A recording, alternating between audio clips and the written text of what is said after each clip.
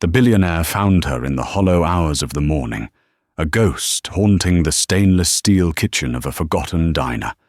He watched as she plunged her hands, raw and red, into greasy water at 3 a.m., her body moving with a desperate rhythm born of necessity.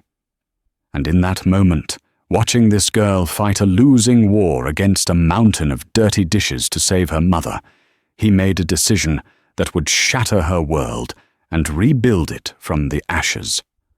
The fluorescent lights of the Starlight Diner hummed a weary, buzzing tune that had long ago replaced sleep for Ilara Vance.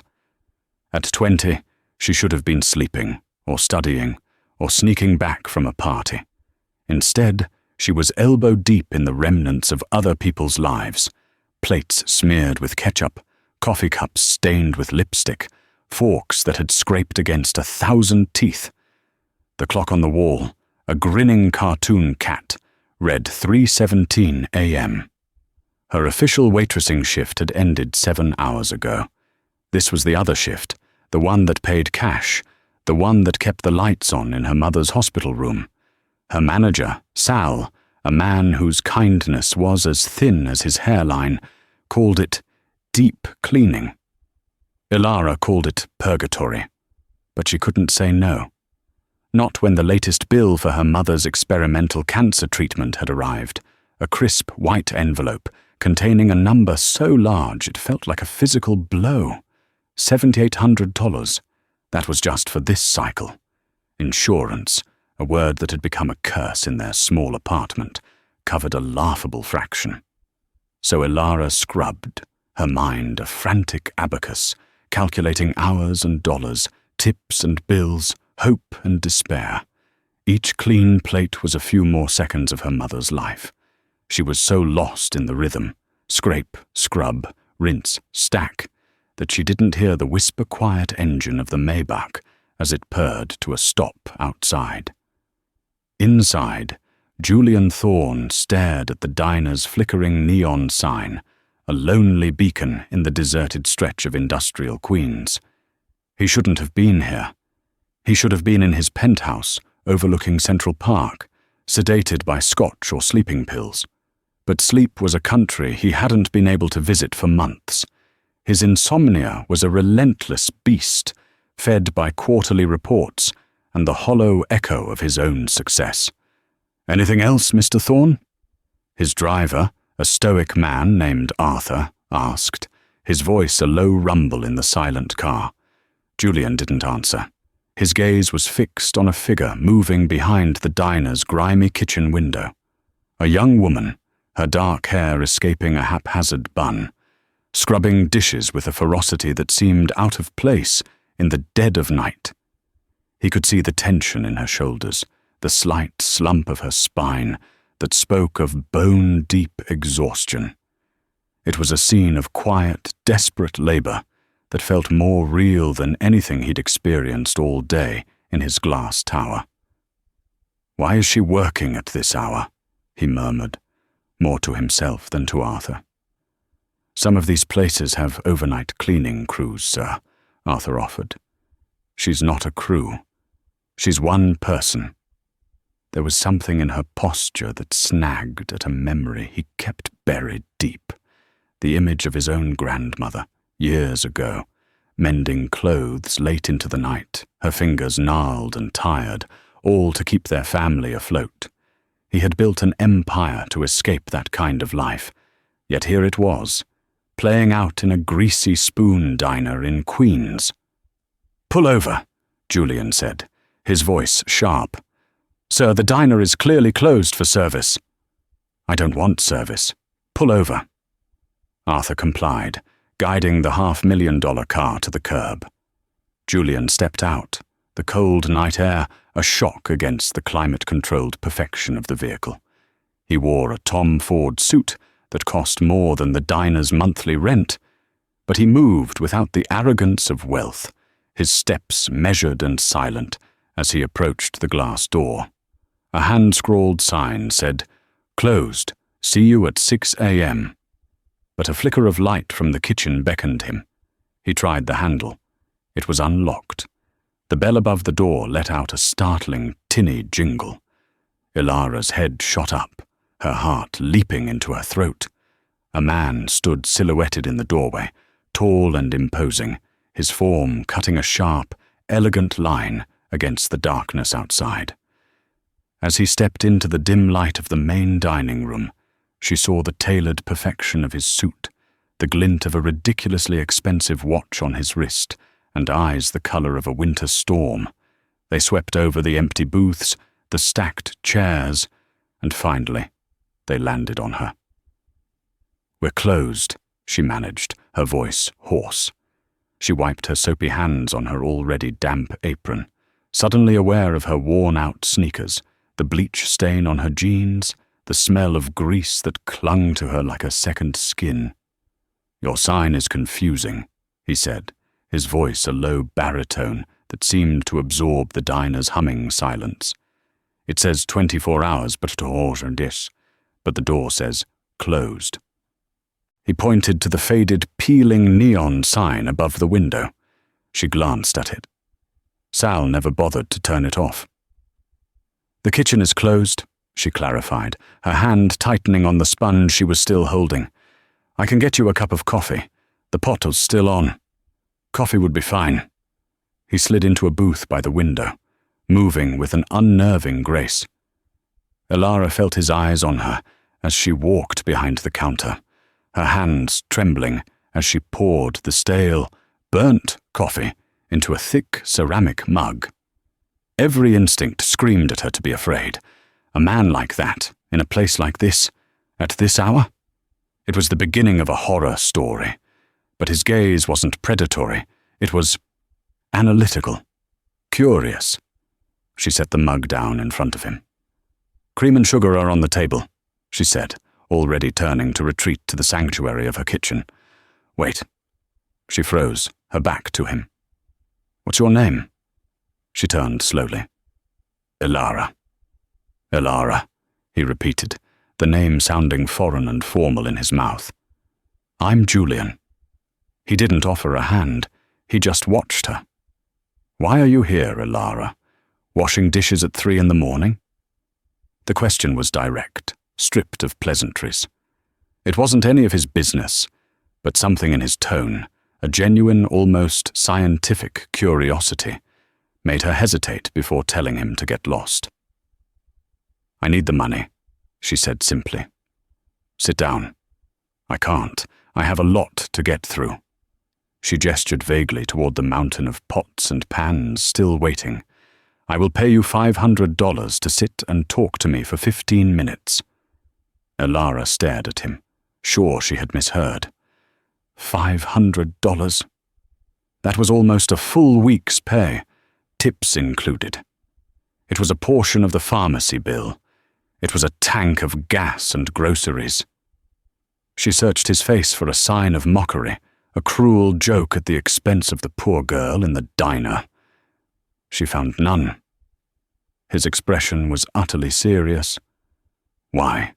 she whispered, her voice barely audible. "Because I'm a man who believes in data," he said, taking a slow sip of the terrible coffee without flinching. "And the data I'm looking at right now doesn't compute. You're young, you're clearly exhausted, and you're performing a minimum wage task in the middle of the night with the urgency of a surgeon. I want to understand the variable that drives that equation." Against all reason, she found herself sliding into the vinyl seat opposite him. The booth felt cavernous, the space between them charged with an electric tension. "My mother is sick," she said, the words coming out flat and worn from overuse. "The treatments are expensive." "What's her diagnosis?" he asked, his tone shifting from curious to clinical. "Stage 4 pancreatic cancer." He winced, a barely perceptible tightening around his eyes. It was the first crack she'd seen in his marble facade. "I'm sorry." "It's okay," she lied, the automatic response of someone tired of pity. "How much does the treatment cost?" The question was so blunt it stole her breath. "You don't want to know." "Try me." She looked down at her hands, at the cracked knuckles and the skin puckered from the hot water. The current round is about $8,000. Insurance denied the claim. They called it investigational. She said the word with a venom that surprised even herself. Julian was silent for a long moment, his gaze intense. He pulled out a sleek, black phone and typed something with his thumb. "And how much does Sal pay you for this deep cleaning?" $50. Cash. His jaw clenched. $50 to work from 9 p.m. to 5 a.m.? She nodded, a flush of shame creeping up her neck. It sounded so pathetic when she said it aloud. "That's less than $7 an hour. It's under the table," she said, as if that explained everything. He looked from her to the piles of dishes, then back to her. The analytical curiosity in his eyes was being replaced by something else, something harder and more dangerous. It was anger. "This is fundamentally inefficient," he stated, as if discussing a flawed business model. "The energy you are expending versus the capital you are generating is a broken system. You could scrub dishes until your hands bleed, and you would never catch up." "Thanks for the analysis," she said, her voice dripping with sarcasm. "But it's the only system I've got." He ignored her tone. "What's your last name, Elara?" "Why?" "I'm going to make a phone call. I'm going to have my foundation cover the full cost of your mother's treatment. Starting tomorrow." Elara laughed, a short, bitter, broken sound. "Right. And I'm Cinderella. Look, I don't know who you are or what kind of game you're playing, but I don't need your charity. And I don't have time for this." She stood up, ready to walk away, to retreat back to the reality she understood. "I am not offering charity," he said, his voice cutting through the air like steel. "I am offering an investment, a business proposition." She stopped, turning back to him, bewildered. "What are you talking about?" "I told you, I'm a man who believes in data. But my company's philanthropic division has a problem. We donate millions of dollars a year, but our impact is sterile. It's all spreadsheets and statistics. We lack the human variable. We write checks, but we don't understand the problems we're trying to solve." He leaned forward, his stormy eyes locking onto hers. "You, Elara. You understand.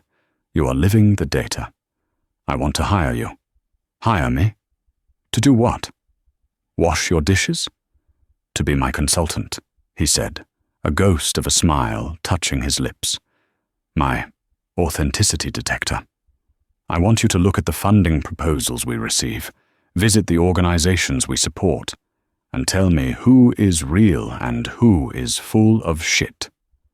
Your perspective, your experience, is worth more to me than a dozen Ivy League MBAs. I'll pay you a salary of $150,000 a year, and your mother will receive the best medical care money can buy, starting with a consultation at Memorial Sloan Kettering tomorrow morning." The diner was utterly silent, save for the hum of the refrigerator. Elara stood frozen, the words washing over her, so outlandish, so impossible, that her mind couldn't process them. This had to be a dream, a hallucination brought on by exhaustion and despair. He stood up, pulling a slim wallet from his jacket. He took out a business card and a pen. "This is my personal number," he said, scribbling on the back of the card. "And this is the number for my assistant, Chloe. She'll call you at 8 a.m. to arrange for a car to take you and your mother to the hospital.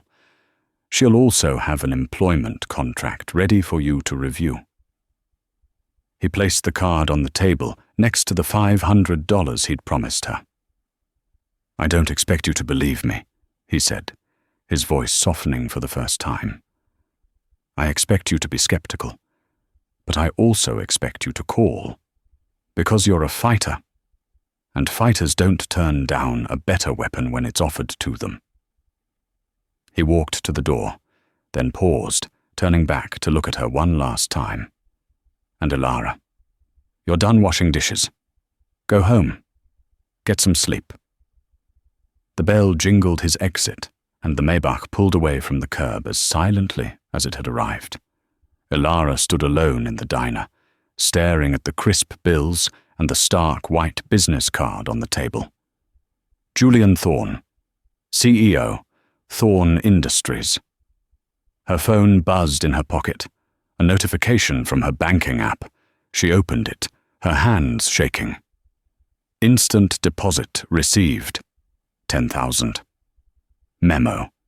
A retainer. She sank back into the booth, the world tilting on its axis, leaving her with a choice that felt more terrifying than any mountain of debt: to stay in the broken system she knew, or to step into the unbelievable, impossible world of Julian Thorne. Elara didn't go home. She couldn't. She finished the dishes, her movements automatic, her mind a maelstrom of shock and suspicion. The $10,000 sat in her bank account like a glowing, radioactive anomaly. It was a prank. It was a mistake. It was dirty money. No one just gave away $10,000. Men like Julian Thorne, men who wore suits that cost more than her car, didn't just walk into diners and solve all your problems. They created them. By the time the sun began to cast a watery grey light over the city, she had scrubbed the kitchen clean and convinced herself it was an elaborate, cruel joke. She drove to the hospital for her daily morning visit, the business card heavy in her pocket. She found her mother, Lena, awake, staring out the window at the brick wall of the adjacent building. The cancer had stolen her weight and the vibrant colour from her hair, but it hadn't touched the fierce intelligence in her eyes. "You look like you've seen a ghost," Lena said, her voice a reedy whisper. "Something like that," Elara murmured, pulling a chair to the bedside. She should have told her. She should have laid out the whole insane story, but the words wouldn't come. How could she offer this impossible, fairy tale hope only to have it snatched away? So she just sat, holding her mother's frail hand, the silence filled with the rhythmic beeping of the machines that were keeping her alive. At precisely 8 a.m., her phone buzzed, an unknown number with a 212 area code. Her heart hammered against her ribs. She ignored it. It buzzed again. And again. On the fourth try, she stepped into the hallway and answered, her voice a tight knot of defiance. "Hello? Is this Elara Vance?" The voice on the other end was female, crisp, and impossibly efficient. "Who's asking?" "My name is Chloe Sterling. I'm Mr. Thorne's executive assistant. I'm calling to confirm the car service for you and your mother to Memorial Sloan Kettering. It will be arriving at the main entrance of Queen's General in 45 minutes. Dr. Oris Thorne, head of oncology, is expecting you at 10. The name hit her. Thorne. Wait, Dr. Thorne? Yes. Dr. Aris Thorne is Mr. Thorne's older sister. She's the best in her field. She has already reviewed your mother's files, which were forwarded to her last night. Elara felt a wave of dizziness. This was real. This was happening. How did you get my mother's files? Mr. Thorne is a primary benefactor of the hospital. He has certain privileges, Chloe said, a hint of apology in her professional tone. I'm also instructed to tell you that an employment contract has been couriered to your apartment, and Mr. Thorne has requested a meeting with you this afternoon at 2 p.m. at Thorne Tower. I haven't agreed to anything, Elara said, the words feeling flimsy and weak. He was fairly certain you would, Chloe replied, not unkindly. The car is a black Mercedes S-Class. The driver's name is Arthur. He'll be waiting. The line went dead. Elara walked back into her mother's room like a sleepwalker. Hope, she was discovering, was a much heavier burden than despair. Despair was familiar. Hope was terrifying. Thorne Tower was not a building. It was a statement, a shard of smoked glass and obsidian steel that pierced the Manhattan skyline, declaring its own importance. Ilara, dressed in the only professional-looking outfit she owned, a simple black dress she'd bought at a thrift store for a funeral 2 years ago, felt like a stray dog that had wandered into a palace. Chloe Sterling, a woman who looked like she was assembled from polished marble and efficiency, met her in the lobby. She led Ilara through a maze of silent white corridors to an office so large it could have contained Ilara's entire apartment building. Floor-to-ceiling windows offered a god's-eye view of the city below, and standing in the middle of it all, staring out at his kingdom, was Julian Thorne. He turned as she entered. In the daylight, in his own environment, he was even more formidable. He wasn't wearing a suit jacket now, just a stark white shirt with the sleeves rolled up to his forearms, revealing a watch that probably had its own security detail. "Ilara," he said, gesturing to one of 2 leather chairs positioned in front of his massive, uncluttered desk. "Please, sit." She sat on the edge of the chair, her hands clenched in her lap. "My mother. She saw Dr. Thorne. They're admitting her. They're starting a new treatment tomorrow." "I know," he said, taking the seat opposite her. "Aris is optimistic. She believes the new immunotherapy protocol could be very effective." Tears pricked Ilara's eyes. She blinked them back furiously. "Why are you doing this?" she asked, the question raw. "No one is this generous. What do you want from me?" Julian leaned back, steepling his fingers. "I told you, I want your perspective. But perhaps I should be more specific." He swiveled his monitor around to face her. It showed a complex chart of donations, a web of arrows pointing to dozens of charities. "This is the Thorne Foundation's portfolio for the last fiscal year. We donated over $50 million. According to our metrics, lives touched, services rendered, overhead costs. It was our most successful year ever." He paused. "But I spent last weekend reading the qualitative reports, the stories, and they were meaningless. A homeless shelter we fund in Chicago reported a 20% increase in beds filled, but they failed to mention that a rival shelter a block away had closed due to a fire. We weren't solving a problem. We were just absorbing another's failure. A job training program we support in Detroit has a 90% graduation rate, but less than 10% of those graduates find long-term employment. It's a revolving door that looks good on paper." He looked at her, and for the first time, she saw a flicker of something beyond cold analysis in his eyes. It was frustration. Deep, profound frustration. "I'm tired of funding elegant, inefficient failures," he said. "I'm tired of being lied to by professional fundraisers who know exactly which buzzwords to use. I need someone who can see past the spreadsheets, someone who knows what desperation actually feels like, someone who can spot the lie because they've had to live an uncomfortable truth." He slid a thick folder across the desk. "This is your first assignment. It's a proposal from an organization called Second Start. They provide temporary housing and support for families displaced by medical debt. It's run by a man named Marcus Vance. His proposal is flawless. The budget is perfect. His mission statement is eloquent. On paper, he's the ideal candidate for a $2 million grant." "And you don't believe him?" Ilara asked, her fingers tracing the embossed logo on the folder.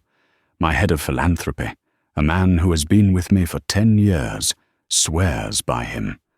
But my gut tells me something is off. I want you to go there, not as a representative of the Thorne Foundation, just as yourself. Talk to the people, listen to the stories, observe, and then come back and tell me what you see." He leaned forward, his voice dropping. tell me if Marcus Vance is a saint or a snake. Your only job is to tell me the truth. Can you do that?" Ilara looked from the folder to the man sitting across from her. He wasn't offering her a job. He was offering her a purpose that went beyond scrubbing dishes. He was asking her to use the very parts of herself she'd always considered a liability, her hyper-awareness of people's pain, her finely tuned bullshit meter honed by years of serving demanding customers, and turn them into a strength. "Yes," she said, her voice clear and steady. "I can do that." The Second Start facility was in a rundown neighborhood in the Bronx, a squat brick building that looked more like a fortress than a sanctuary. The moment Ilara walked in, her senses went on high alert. The lobby was clean, too clean. The furniture was new and stylish, but stiff and unused like a showroom. A large, professionally printed banner with Marcus Vance's smiling face hung on the wall, proclaiming him a beacon of hope. Vance himself was exactly as his proposal suggested, charismatic, polished, and eloquent. He greeted Ilara, who introduced herself as a freelance journalist writing a story on local charities, with a warm, practiced smile. He gave her the grand tour, pointing out the state-of-the-art computer lab, empty, the cheerful children's playroom, silent, and the pristine community kitchen, spotless. "We believe in giving our families dignity," Vance said, his voice smooth as silk. "No peeling paint or broken furniture here. The Thorn Foundation's potential grant would allow us to expand this model, to bring this level of care to hundreds more." On the surface, it was perfect. But Ilara noticed the small things. The residents she passed in the hallways had vacant, listless eyes. They avoided looking at Vance, their shoulders hunching as he passed. In the playroom, a little girl sat alone in a corner, clutching a worn, dirty teddy bear, a stark contrast to the brand-new, untouched toys on the shelves. In the kitchen, a woman was trying to heat a can of soup on a hot plate plugged into the wall. "What's wrong with the stove?" Ilara asked casually. The woman jumped, startled. "Oh, they're upgrading the gas lines," she mumbled, not meeting Ilara's eyes. Vance shot the woman a look so sharp and cold it was like a physical blow. "Yes, a temporary inconvenience for a long-term improvement," he said smoothly, guiding Ilara away. Ilara spent the rest of the day talking to the residents, not in the sterile common areas, but in the stairwells and the laundry room. She didn't ask about the facility. She asked about their children, their hometowns, their mothers. She listened, and the stories that trickled out were horrifying. They were charged exorbitant program fees deducted from their disability checks. The job training was a series of useless online videos. The food provided was minimal and often expired. The beautiful kitchen was for show. The gas had been shut off for non-payment for months. Second Start wasn't a sanctuary.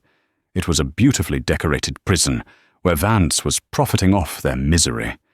The new furniture, the computers, the banners.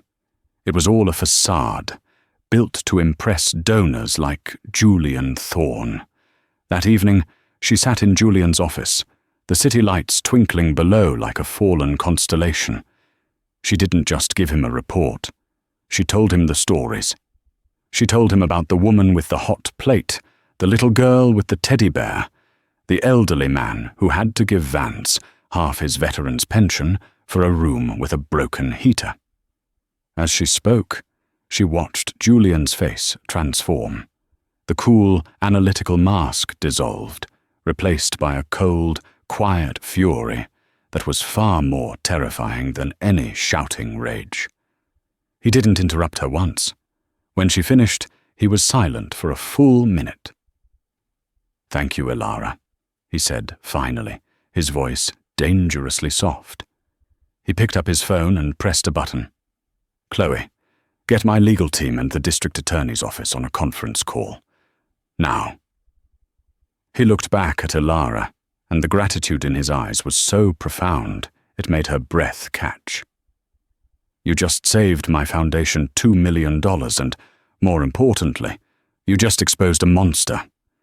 You did in one day what my entire team of analysts couldn't do in 6 months." "I just listened," she said quietly. "No," he corrected her. "You understood." Over the next few weeks, Ilara and Julian fell into an intense, consuming rhythm. They worked side by side, vetting proposals, visiting organizations, and dismantling the old, sterile system of the Thorn Foundation, piece by piece. Ilara was the heart, Julian the brain. She brought him the human stories, the raw, unfiltered truth from the streets, and he translated that truth into strategy, logistics, and action.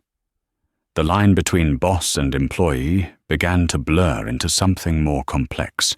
They argued over budgets in his office late into the night, the city their silent witness. They shared coffee and stories in the back of his car while driving between site visits. She learned about the immense pressure he carried, the loneliness of his position, the ghost of a grandmother who had inspired his empire. He learned about her childhood in Queens, her fierce love for her mother, her secret dream of one day finishing the college degree she'd had to abandon. He found himself watching her, captivated by the passion that lit up her face when she talked about a community garden project, or the fierce intelligence in her eyes when she poked holes in a flawed proposal. He had surrounded himself with people who told him what he wanted to hear. Ilara told him what he needed to hear, without fear or flattery. One rainy Tuesday, they were visiting a soup kitchen in a church basement, an organization that had applied for a small grant to buy a new industrial freezer. The place was chaotic, understaffed, and smelled of bleach and boiled cabbage, but it was humming with life. Ilara moved through the room with an easy grace, talking to the patrons, listening to the volunteers, her notebook filling with observations. Julian, feeling out of place in his bespoke suit, stood back and watched. He saw her kneel to speak to a woman in a wheelchair, taking her hand and listening with an expression of such genuine empathy that it made his chest ache. In that moment, he realized with a certainty that shook him to his core that he was falling in love with her. It was illogical, inappropriate, and utterly terrifying. Later, as they sat in his car, the rain drumming on the roof, he couldn't hide the turmoil inside him. "What's wrong?" she asked, her perceptive gaze seeing right through his carefully constructed walls. "That organization," he said, deflecting. "It's a mess. Their financials are a disaster. They have no long-term plan." "No," Ilara countered gently. "It's not a mess. It's a lifeline. Did you see the director, Mrs. Gable? She knows every single person's name. She was packing up extra food for a man whose kids hadn't eaten today. That's not something you can put on a spreadsheet, Julian. They don't need a business plan. They need a freezer." He turned to her, the space in the car suddenly feeling small and intimate. "How do you do that?" he asked, his voice low. "How do you always see the thing that matters?" "It's all I've ever had to see," she whispered, her eyes searching his. He could feel the magnetic pull between them, an undeniable force that had been building for weeks.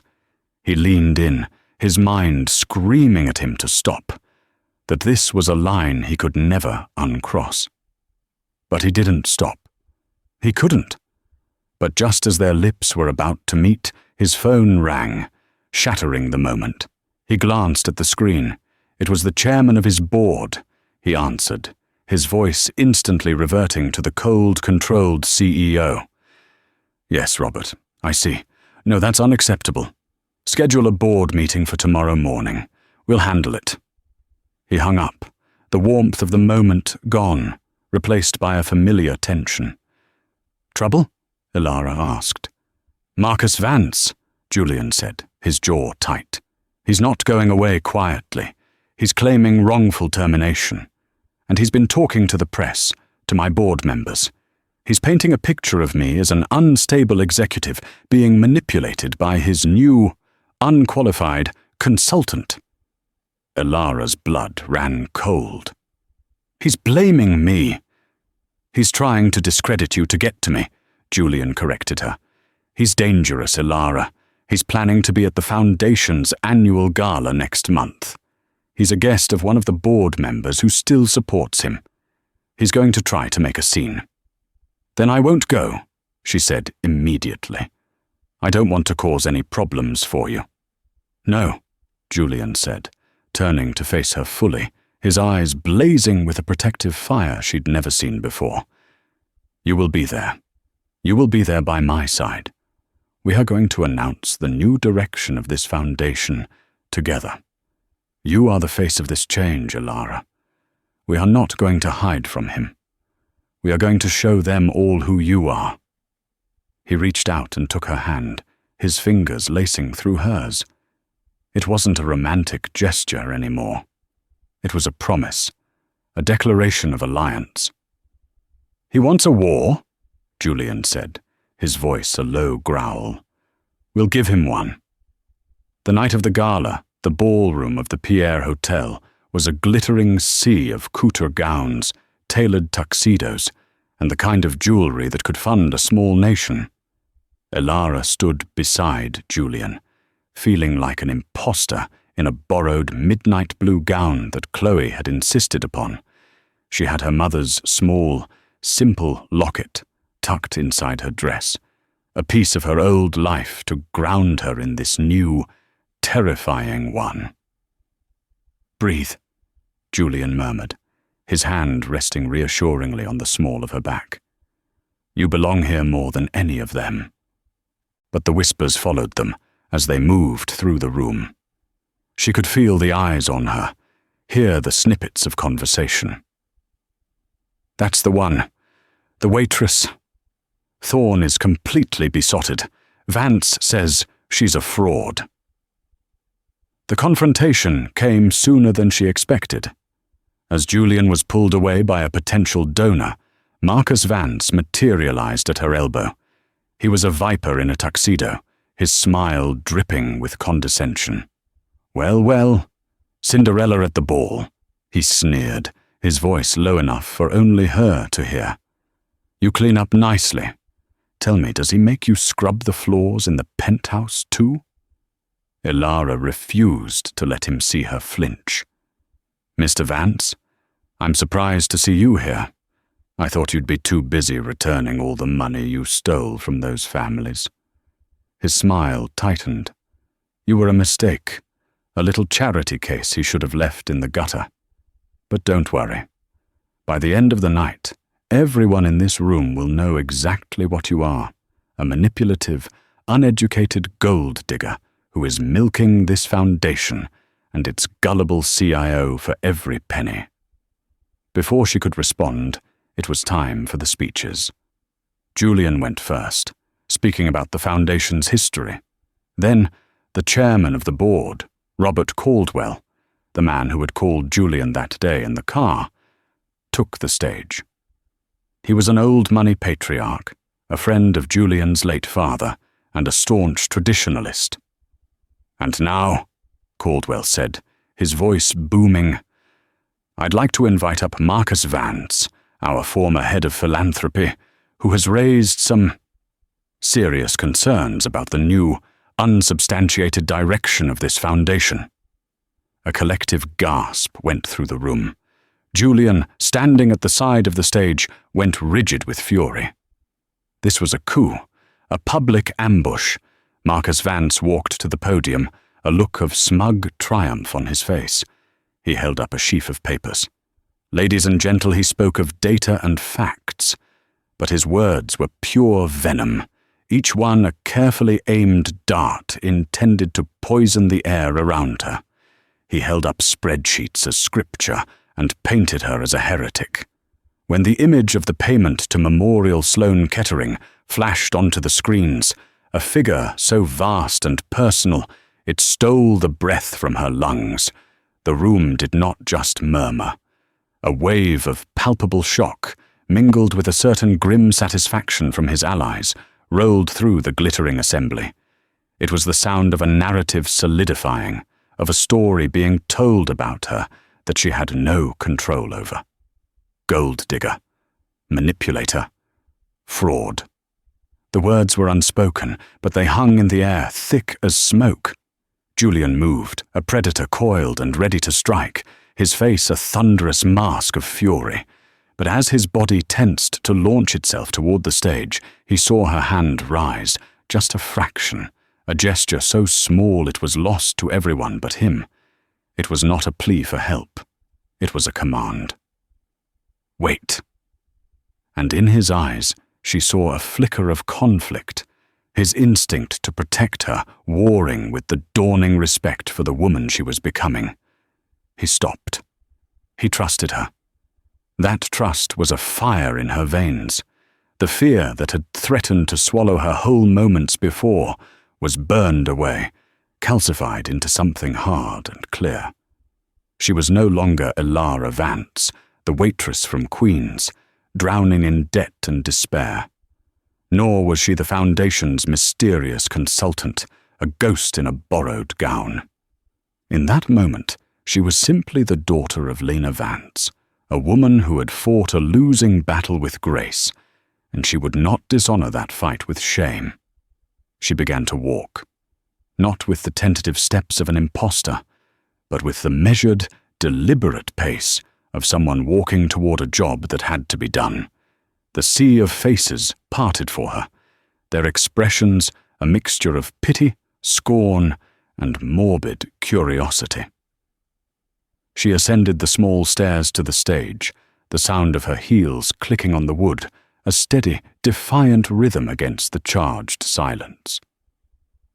She did not stand beside Marcus Vance. She stood directly in front of him, forcing him to take a step back from the podium, subtly reclaiming the space. She gripped the sides of the lectern, her knuckles white. Her gaze swept across the room, not as a defendant facing her accusers, but as a witness preparing to testify. "He is right," she said. Her voice, unamplified at first, was quiet, but carried a strange weight that commanded attention. She leaned into the microphone. "He is absolutely right. My name is Elara Vance. 2 months ago, I was washing dishes for less than $7 an hour to keep my mother alive. And yes, the Thorn Foundation paid for the medical care that saved her life. Mr. Vance calls this corruption." She paused, letting the word hang in the air. I've been thinking about that word.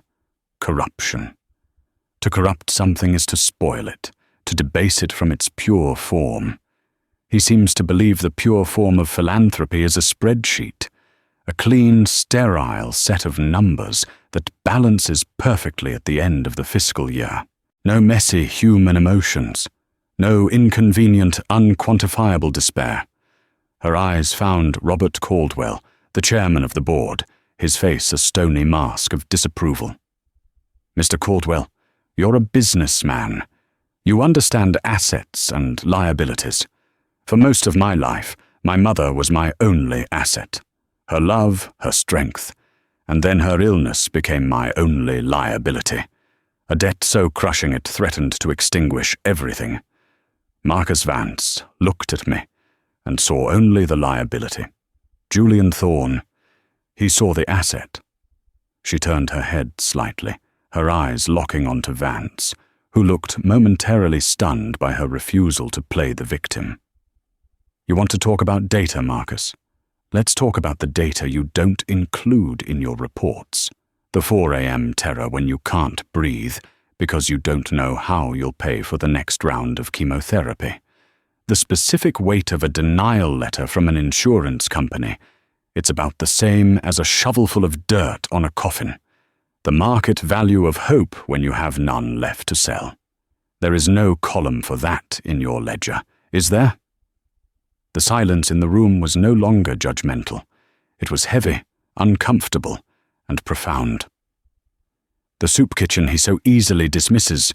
He calls it a failing project. He's right again. It is failing. It's failing to keep up with the sheer volume of human need that walks through its doors every single day.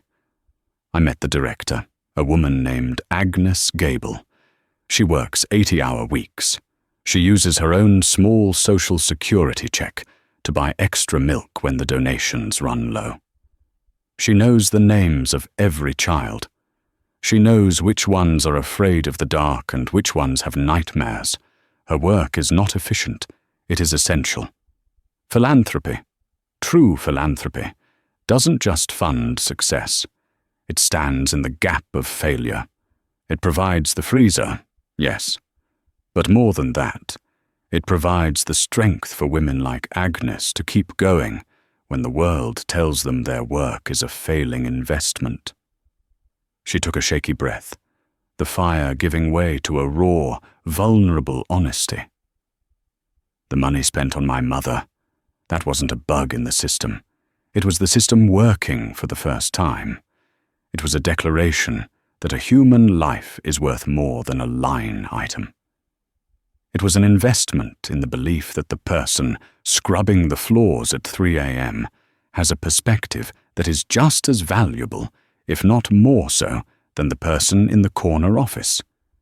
That is the new direction of this foundation. It is not about charity.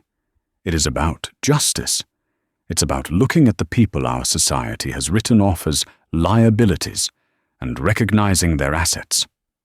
She stepped back from the podium, her speech finished. There was no applause. Not at first. The room was caught in a moment of suspended animation, a collective, stunned intake of breath. The first clap came not from a wealthy donor, but from a waiter standing near the back wall, who put his tray down and applauded, his lone action a crack of thunder in the silence. Then a woman in the front row, a well-known philanthropist herself, slowly rose to her feet and began to clap. Then another, and another. It was not the thunderous, uniform ovation of a crowd easily swayed. It was a slow, rolling wave of support, thoughtful and deliberate. Many remained seated, their faces conflicted, their worldview shaken. The room was fractured, the battle lines drawn. Julian walked onto the stage. He ignored Vance, who stood frozen, his face pale with rage and disbelief. He walked directly to Ilara, and in front of the entire New York elite, he gently took her face in his hands and kissed her. It was not a kiss of passion, but of profound, aching pride and unwavering solidarity. He kept one arm around her as he turned to the microphone she had abandoned. "For those of you who still have questions," Julian said, his voice a low, dangerous growl that promised retribution, "my office will be open at 8 a.m. tomorrow. For those of you who agree with Mr. Vance's assessment, his office will be in a cardboard box on the curb." The drive back to the penthouse was a study in silence. The adrenaline had drained from Ilara's body, leaving behind a trembling exhaustion. The city lights smeared past the windows of the Maybach, a glittering blur that felt a million miles away. She was acutely aware of Julian beside her, his presence a solid, warm anchor in the disorienting aftermath. He hadn't let go of her hand since they left the hotel. "Did I just end you?" she whispered into the quiet, the question she'd been holding back since she stepped off that stage. "Did I start a war you can't win?" He turned to her, his face illuminated by the passing streetlights. The hard corporate mask was gone, replaced by an expression of such raw vulnerability it made her heart ache. "Ilara," he said, his voice thick with emotion, "you didn't start a war.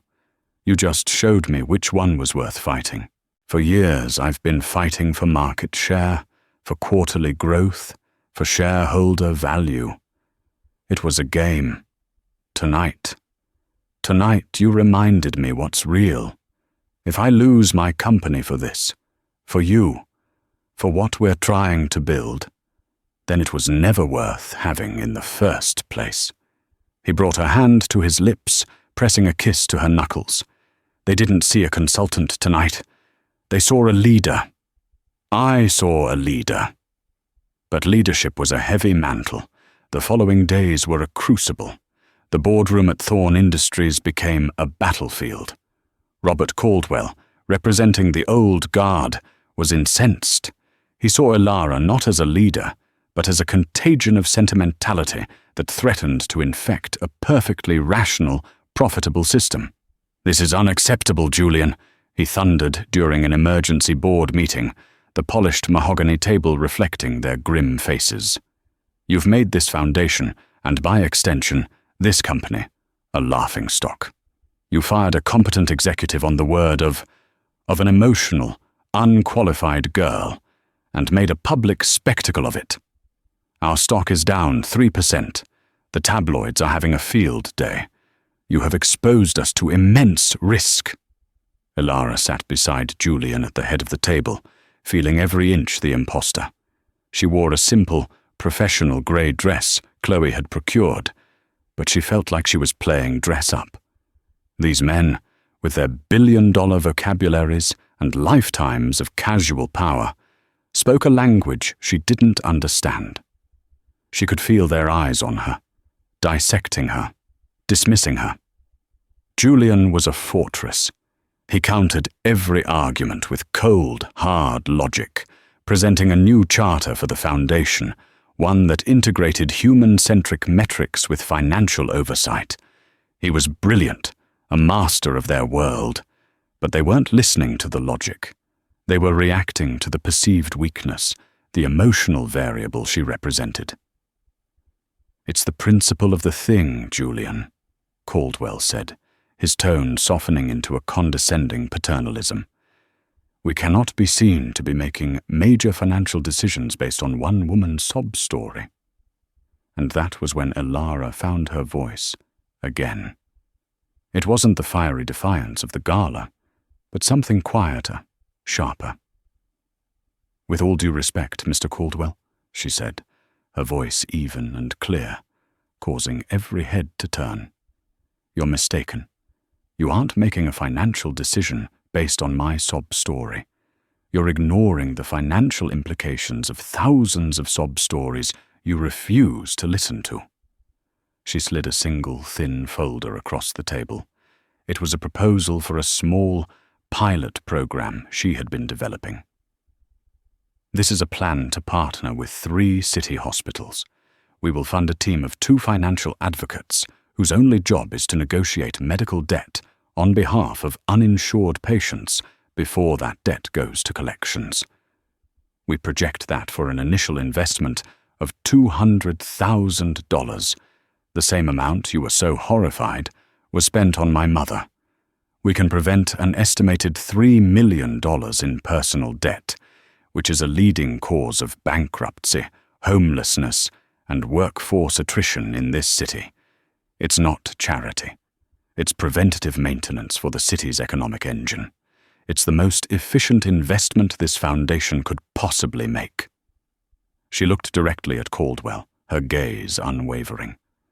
"My sob story is not an anomaly. It is a data point, and you are ignoring an entire market of data because it makes you uncomfortable." The room was silent. Julian looked at her, not with surprise, but with a deep, affirming pride. She had not tried to play their game. She had changed the rules. The war was not over, but that battle was won. Their life together found a new, precarious rhythm. It was a life of jarring contrasts. One day, she would be sitting in on a multi-million-dollar endowment meeting, and the next, she would be in a cramped Bronx apartment, listening to a single mother describe her choice between buying her son's asthma medication and paying the electric bill. Julian's world and her world were colliding, creating a new universe that belonged only to them. But the collision was not without its friction. The power imbalance was a ghost that haunted their quietest moments.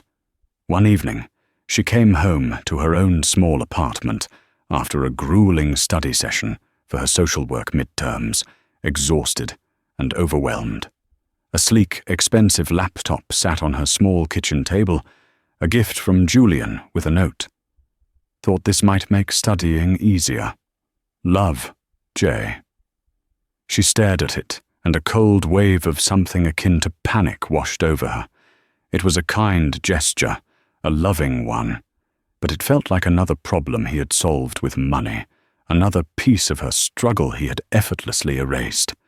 She had been saving for a new laptop for months, carefully setting aside a little money each week. It was a goal, a symbol of her own progress, and he had, with a simple purchase, taken that from her. When he arrived later that evening, expecting to find her happy, he found her sitting in the dark, the unopened laptop a barrier between them. "What's wrong?" he asked, his voice laced with confusion. "I can't accept this," she said, quietly, gesturing to the box. "It's a laptop, Ilara. It's not a big deal." "That's the entire point, Julian," she burst out, the frustration of weeks bubbling to the surface. "To you, it's nothing. A rounding error in your bank account. To me, it was something I was working for. It was mine, don't you see? My entire life, everything has been a struggle, a fight, and I'm proud of that fight. I'm proud of the woman it made me. But you keep trying to pave the road for me. You pay for my mother, you give me a job, you buy me things. I'm so grateful. But I'm terrified that one day I'm going to wake up and the woman who fought her way out of that diner will be gone, replaced by some polished thing that you built." Tears streamed down her face. "I'm afraid of becoming just another one of your successful acquisitions." The words hit him like a physical blow. He sank onto the chair opposite her, the arrogant billionaire stripped away, leaving only a man who was terrified of losing the one real thing in his life. "I'm sorry," he whispered, his voice hoarse. I don't see you as an acquisition, Ilara. I see you as the core of my entire world. I think I'm so afraid of that world hurting you again that I try to fix everything before it has a chance to. It's not about control, it's about fear. I love you for the fight in you. The last thing I would ever want to do is take that away." In the quiet of her tiny apartment, surrounded by the life she had built for herself, they finally had the conversation that mattered. It wasn't about foundations or board members. It was about his fear and her independence. It was about building a partnership of equals when all the world saw was a chasm of wealth and status between them. He learned that helping her wasn't about solving her problems, but about giving her the space and support to solve them herself. And she learned that accepting his help wasn't a sign of weakness, but a form of trust. A year later, on a cold Tuesday night in November, he asked her to go for a drive. He didn't take her to a 5-star restaurant or a rooftop bar. The Maybach purred to a stop outside the Starlight Diner. The neon sign flickered, casting a lonely, buzzing glow onto the wet pavement. They went inside. The same grinning cat clock was on the wall. The air smelled of stale coffee and grease. They slid into the same booth, the cracked vinyl cool beneath them. "I come here sometimes," Julian said, his voice low. "When I can't sleep, I just sit here and think about that night." He looked at her, his stormy eyes soft with a universe of emotion. "I was a king in a glass tower, and I was dying of thirst. I thought I was coming in here to analyze a problem, but I wasn't. I was coming in here to be saved." He reached across the table, not for her hands, but for a napkin from the dispenser. With a pen from his jacket, he began to write. It wasn't a proposal or a contract. It was a list. 1. To listen, always, even when it's hard. 2. To never try to fix a problem that is yours to solve. 3. To stand beside you, not in front of you. 4. To build a life, not just fund one. 5. To remember every day the woman I met right here. He slid the napkin across the table to her. This is my business proposition, Ilara Vance. It's a merger, a lifetime contract. All my assets, all my liabilities, merged with yours. He pulled a small velvet box from his pocket. He didn't kneel. He stayed seated across from her, his equal. He opened it. Inside was not a diamond the size of a planet, but a simple, elegant platinum band with a single deep blue sapphire set within it. It was the color of her borrowed gala gown, the color of the hollow hours of the morning. "This is not a fairy tale," he said, his voice thick with unshed tears. "Our life will be messy and complicated and hard. We will fight for it every day. I'm asking you to be my partner in that fight. Will you marry me?" Tears were streaming down her face, but she was smiling. This was real. This was earned. This was theirs. "Yes," she whispered. "Yes." He slipped the ring onto her finger. It was a perfect fit. As he leaned across the table to kiss her, the bell above the door let out a familiar, tinny jingle. A young woman walked in, her face etched with a familiar exhaustion, her hair pulled back in a haphazard bun. She nodded to the cook and headed toward the kitchen, ready to start her war against the mountain of dishes. Ilara and Julian broke the kiss, their eyes meeting over the table. A silent, perfect understanding passed between them. Their story hadn't ended here in this diner. This was simply where it began, and now, together, they had the power to make sure that for the girl in the kitchen, the story would be different. Their real work was just beginning.